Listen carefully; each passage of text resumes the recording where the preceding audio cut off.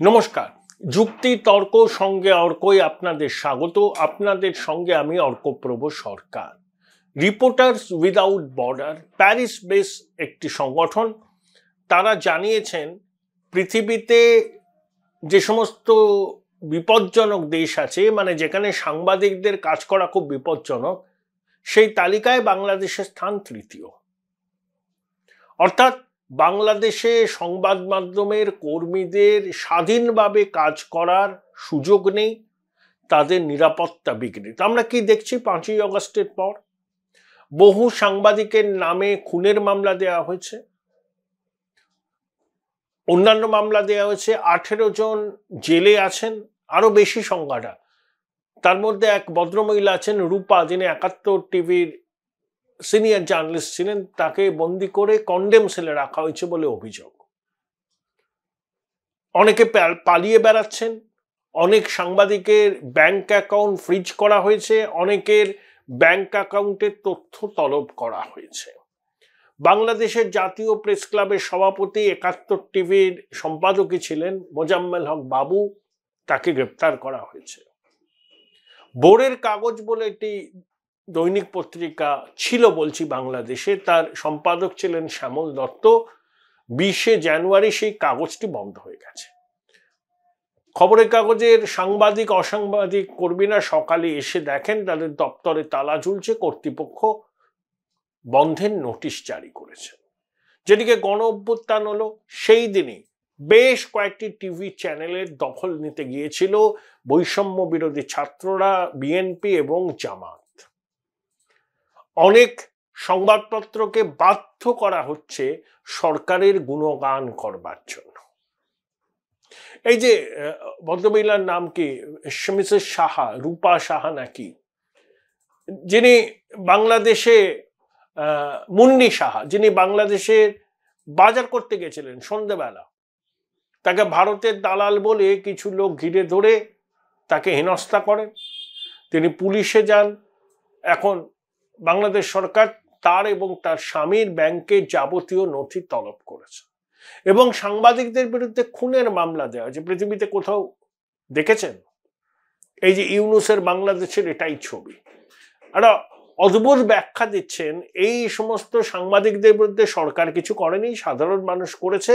এরা শেখ হাসিনার দালাল ছিলেন, শেখ হাসিনা সরকারের অপকর্মকে এরা প্রশ্রয় দিয়েছে। এটা তো সরকারের ভার্সন। বাংলাদেশে ইউনূস সরকারের উপদেষ্টা ছাত্রদের অঙ্গুলি এলন ছাড়া পুলিশ আদালত কোনো কিছুই কাজ করে না। অর্থাৎ এদেরকে শাস্তি দেওয়া হচ্ছে। কেন? আপনারা শেখ হাসিনার সময়ে আওয়ামী লীগের সমর্থক ছিলেন। এদের অনেকে বলছেন যে একটা সময় আওয়ামী লীগকে সমর্থন আমরা করেছি, এটা ঠিকই, কিন্তু গণ অভ্যুত্থানে আমরাও সমর্থন করেছিলাম। কিন্তু কে শোনে কার কথা? আসলে এইসব সাংবাদিকদের বিরুদ্ধে ব্যবস্থা নিয়ে, জেলবন্দি করে, তাদেরকে ভাতে মারার কৌশল নিয়ে বাংলাদেশের সংবাদপত্রের সঙ্গে সংশ্লিষ্ট সবাইকে এই জঙ্গি জিহাদিরা বার্তা দিতে চাইছেন, যাতে বাংলাদেশের সংবাদ মাধ্যম জঙ্গিবাদের হয়ে প্রচার করে। ইউনূসের একটা প্রেস সচিব আছেন, মিষ্টি মিষ্টি কথা বলে, ওনাকে ফরেন করেসপন্ডেন্ট ছিল। একজন সাংবাদিক হয়ে এত বড় পাচারা দালাল আমি খুব কম দেখেছি। এরাই বলছে যাদের বিরুদ্ধে ব্যবস্থা নিয়েছে পুলিশ, সাধারণ মানুষের ক্ষোভ ছিল যারা আওয়ামী লীগের পাচারা দালাল বলে। এই লোকটাও তো ইউনূসের পাচারা দালাল, জঙ্গিদের পাচারা দালাল। একমাগে শীত যায়, ছাড়া পেয়ে যাবেন। সাংবাদিকেরা খুন করেছে। এই যে আপনার সময় যে সমস্ত সংবাদ মাধ্যম এখন সত্য ঘটনা চেপে রেখে কোথায় বাতাবির ফলন বেশি হয়েছে সেটা দেখাচ্ছে, এটা সাংবাদিকতা? অনেকের কাছ থেকে শুনেছি তারা টকশো সঞ্চালনা করেন, তারা মনে যা ভাবছেন সেটা বলতে পারেন না। নির্দেশ আছে, ভারত বিরোধী কথা বলতে হবে, আওয়ামী লীগ এবং শেখ হাসিনার মুন্ডপাত করতে হবে, বাস্তব যদি অন্যরকম হয় তাও করতে হবে। যদি না করেন আপনার প্রাণ সংশয় হতে পারে। এক ভদ্রমহিলাকে কন্টেম সেলে বন্দি করে রাখার অভিযোগ উঠেছে, যিনি ৭১ টিভির জনপ্রিয় সঞ্চালিকা ছিলেন রূপা। ভাবতে পারেন পৃথিবীর কোন দেশে হয়? আফগানিস্তানে হয়, সিরিয়ায় হয়, ইরানে হয়। কোন গণতান্ত্রিক দেশে এই ধরনের ব্যবস্থা আছে? সংবাদ মাধ্যম সরকারের মত অনেক সময় মেনে চলে, তার কারণ আছে। কারণ সংবাদপত্রকে চলতে হলে পয়সা লাগে, তো সরকার প্রচুরভাবে বিজ্ঞাপনের মাধ্যমে সহায়তা করে এবং সরকার চায় যে তাদের লাইনটাকে এই সংবাদ মাধ্যমগুলো টো করুক। সব দেশেই হয়। তার মানে কি এই যে সাংবাদিকরা ওখানে কাজ করেন তারা তো প্রতিষ্ঠানের যে পলিসি আছে সেই পলিসি অনুসরণ করে চলেন, তারা তো মালিক নন, তারা তো কর্মচারী। তারা যদি মালিক গোষ্ঠীর কথা না শুনে চলেন তাদের চাকরি নট হয়ে যেতে পারে। হাসিনা জমানায় তারা সেই কাজটাই করেছিলেন, তর্কের খাতিরে মেনে নিলাম। তারা যে সংবাদপত্রে চাকরি করতেন বা টিভি চ্যানেলে চাকরি করতেন, সেই টিভি চ্যানেল বা সংবাদপত্রের মালিক বা কোনো ব্যক্তি মালিকানা বা কোনো কর্পোরেট থাকলে তারা সরকারকে তোষামত করত, বলতে পারেন পদলেহন করত। আর সেই প্রতিষ্ঠানে কর্মরত সাংবাদিকদের হাতে কোন অপশন আছে যে তারা মালিক পক্ষের নীতিকে অনুসরণ করবে না? তাদের তারা চাকরি চলে যাবে। তো চাকরি চলে গেলে তাদের পরিবারের দেখভাল কে করবে? আসলে পছন্দের লোকজন, জঙ্গি জেহাদি মতবাদে যারা আদর্শ উদ্বুদ্ধ, সেই রকম কিছু তরুণ তরুণীকে এই সমস্ত খবরের কাগজ টিভি চ্যানেলে বসাতে চাইছে ইউনূসের অন্তর্বর্তী সরকার। মুখে তারা বলছে আমরা গঠনমূলক সমালোচনায় বিশ্বাস করি।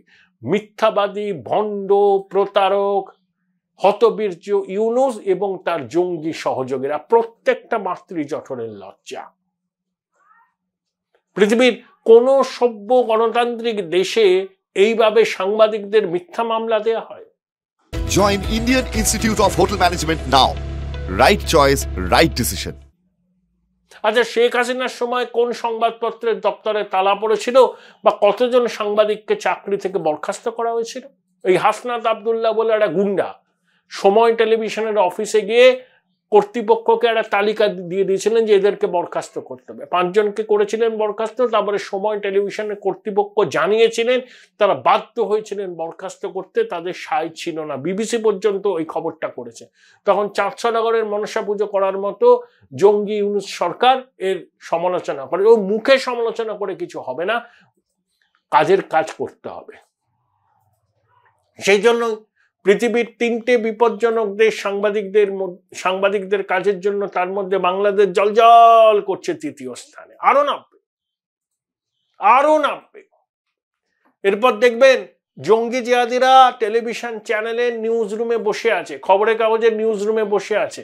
কোন সাংবাদিক কোন ডেস্কের লোক কি কপি লিখছে সেটা তারা দেখছে। তাদের ছাড়পত্র নিয়ে আপনি টিভিতে এয়ার করতে পারবেন না, খবরের কাগজে ছাপতে পারবেন। সেই দিনই এসে গেছে। নইলে খুনের মামলা দিচ্ছে সাংবাদিকদের বিরুদ্ধে।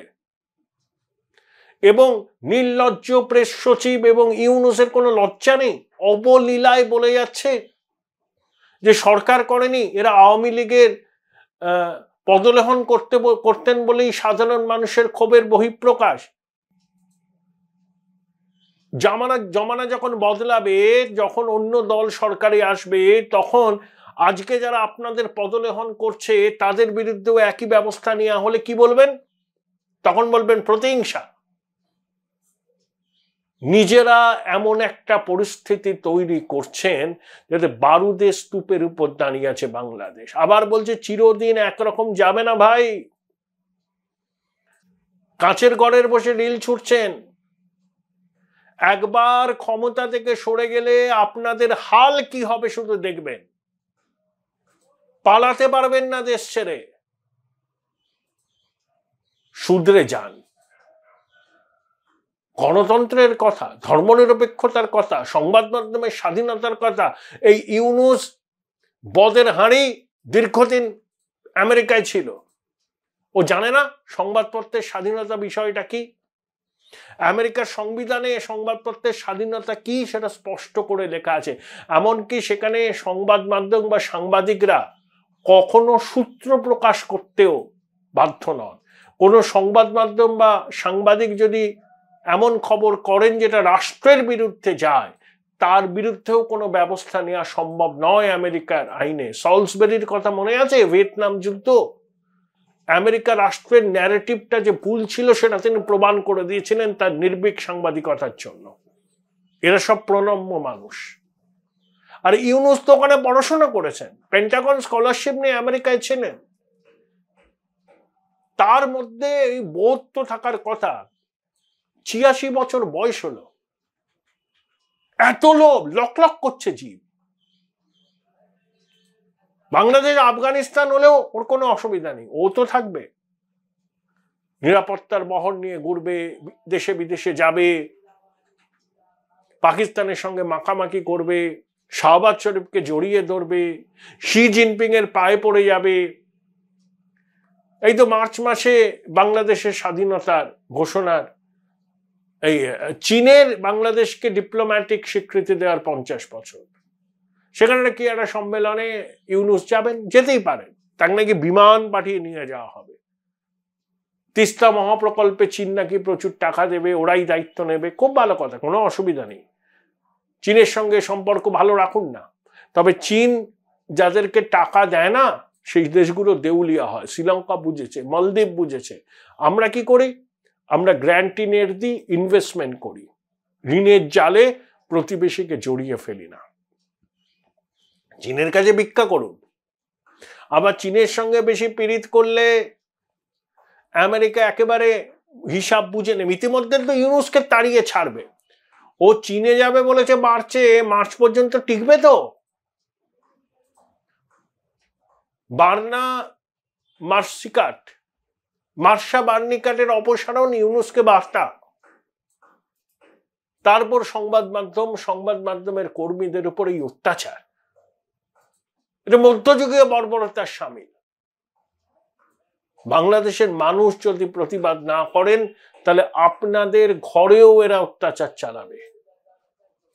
কথা বলতে পারবেন না, নিজের মনের ভাব প্রকাশ করতে পারবেন না, সরকারের সমালোচনা করতে পারবেন না, করলেই আপনার বিরুদ্ধে ব্যবস্থা নেওয়া হবে। যেমন ওই সৌদি আরব টারব আছে না, সরকারের বিরুদ্ধে কিছু ব্যবস্থা নেওয়া যায় না, ব্যবস্থা নিলেই আপনাকে জেলে পুরে দেবে।